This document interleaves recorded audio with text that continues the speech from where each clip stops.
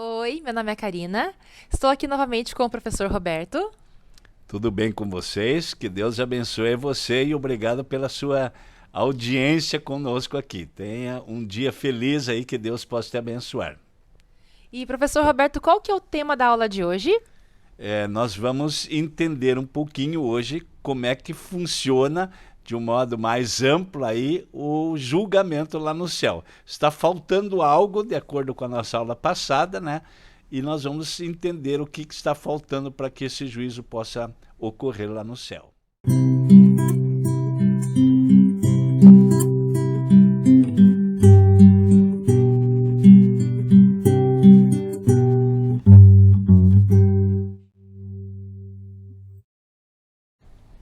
Então, para começar o nosso estudo, nós vamos fazer uma breve oração. Te convidamos a orar conosco. Querido Pai, obrigada, Senhor, por esse estudo, obrigada pelas pessoas que estão assistindo conosco, esteja abençoando a cada um, a sua família, que o Senhor, por favor, lhes dê saúde, abençoe as famílias que estão com pessoas doentes, enfermas, que o Senhor possa estar cuidando de cada um. Abençoe isso tudo agora, todos os que estão ouvindo, nos dê direcionamento, fica conosco, não por amor de Jesus. Amém. Te convidamos para que, caso você não tenha assistido a aula passada, você possa assistir para você entender a continuação desse estudo da aula de hoje. Então, vamos começar. O que, professor, ficou faltando da última aula? O que está faltando para que esse julgamento possa acontecer? Ok. Nós vimos que temos o juiz, nós temos o advogado, temos o réu, temos as testemunhas, temos o acusador, temos os livros de registros, né, de todos os atos ali. Mas o que será que está faltando? Sem isso, nenhum tribunal lá no céu pode julgar qualquer coisa, e aqui na terra, sem isso, também, mesmo que tenhamos a presença do juiz, das testemunhas, do promotor, do acusador, tudo, também não pode chegar a conclusão nenhuma. O que será que está faltando? Karina, vamos à Bíblia. Livro de Eclesiastes, capítulo 12, você vai ler o verso 14 e depois você vai ler o verso 13, um anterior, ok? Porque Deus há de trazer o juízo todas as obras, até as que estão escondidas, quer sejam boas, quer sejam más. Agora o verso 13.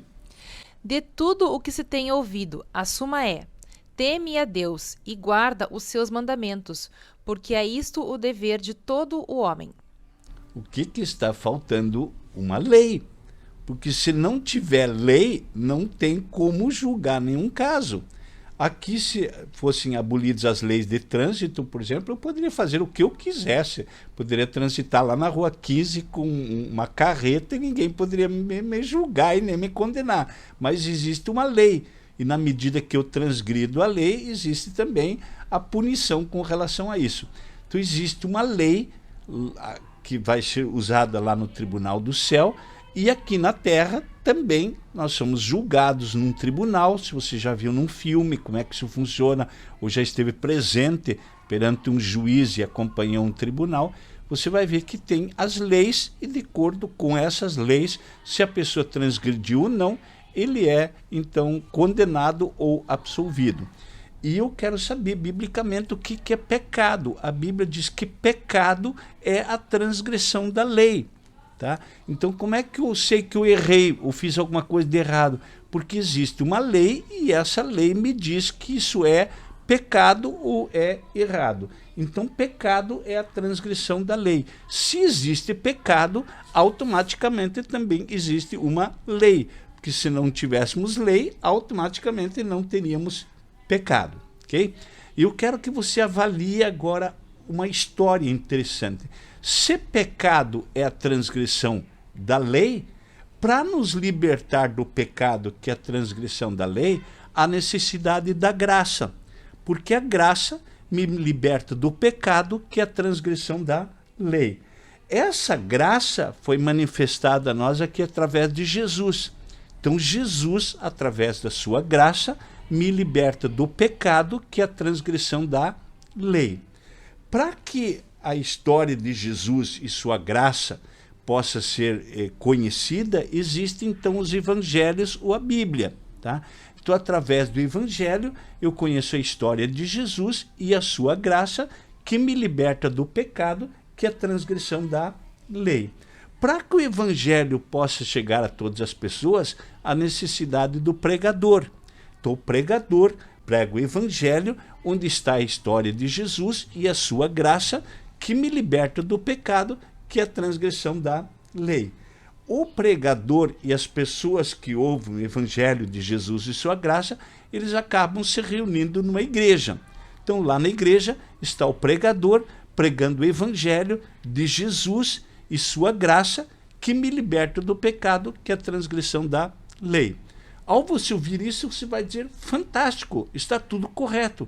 Mas vamos imaginar que nós venhamos a tirar a lei dessa história. Sem lei, automaticamente não existiria pecado. Se não temos pecado, não há necessidade da graça. E aí Jesus não teria vindo a essa terra. Também não teríamos o evangelho a respeito de Jesus. Não haveria necessidade do pregador pregar, porque não haveria pecado nenhum, e automaticamente também não existiria a igreja. Você vê que nesse patamar todo, a importância da lei. A lei não me salva, ela só mostra o meu pecado, e aí eu preciso recorrer a Jesus, que pode tirar toda a minha transgressão. É a mesma coisa que eu tivesse uma sujeira aqui no meu rosto, e eu pegasse o espelho, e na hora que eu olho no espelho, eu vejo que o meu rosto está sujo. Não adiantaria eu quebrar o espelho, porque a função do espelho não é tirar a mancha do meu rosto. A função do espelho é mostrar aonde está a mancha. E aí eu preciso recorrer à água e o sabão para tirar essa mancha. Então, a lei é semelhante a um espelho. Ela mostra aonde que está a sujeira na minha vida. Ela pode remover a sujeira? De hipótese nenhuma. Quem remove essa sujeira é a água e o sabão, representados Jesus, nos dando o seu maravilhoso perdão. Essa é a história maravilhosa que nós queremos apresentar hoje. Eu quero ir um pouquinho mais avante na nossa aula e quero que você dê uma olhadinha. Quando estudamos sobre a igreja lá no céu, João viu uma mobília lá no santuário celestial. O livro de Apocalipse, capítulo 11, menciona que mobília foi vista por João lá no céu. Apocalipse, capítulo 11, o versículo 19. Abriu-se então o santuário de Deus, que se acha no céu, e foi vista a arca da aliança no seu santuário. E sobrevieram relâmpagos, vozes, trovões, terremoto e grande saraivada. Se você não deu uma olhadinha nessa aula, assista a aula do santuário terrestre e depois o celeste. Essa arca havia aqui na terra e também existe lá no céu. Agora, para a gente entender aqui na terra onde estava a arca, o que tinha lá dentro da arca. Então nós vamos entender por que existe essa arca lá no santuário celestial também, onde Jesus está fazendo esse juízo.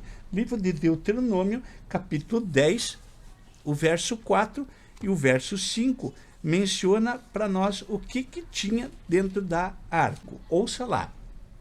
Então escreveu o Senhor nas tábuas, segundo a primeira escritura, os 10 mandamentos que ele vos falara, no dia da congregação, no monte, no meio do fogo, e o Senhor mas deu a mim.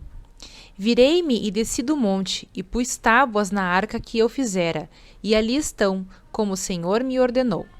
Ok, aqui na arca, no santuário terrestre, a arca continha os 10 mandamentos. Lá no céu, também dentro da arca celestial, estão contidos os 10 mandamentos e nós seremos julgados de acordo com esses 10 mandamentos. Eu quero deixar uma pergunta no ar agora. Você sabe onde estão na Bíblia os 10 mandamentos? Você pode dizer, talvez já li em algum lugar, mas eu não me recordo aonde. Então eu quero convidar você para ler na sua casa, até na próxima aula, os 10 mandamentos. Estão no livro de Êxodo, o capítulo 20, do verso 1 até o verso 17. E na próxima aula, nós vamos ler agora esses 10 mandamentos e darmos uma explicação bem simples sobre essas 10 regras pelas quais nós vamos ser julgados um dia no Tribunal Celestial. Um grande abraço, obrigado por assistir a nossa aula e até a próxima aula e a próxima semana. Que Deus abençoe a sua família e a você também.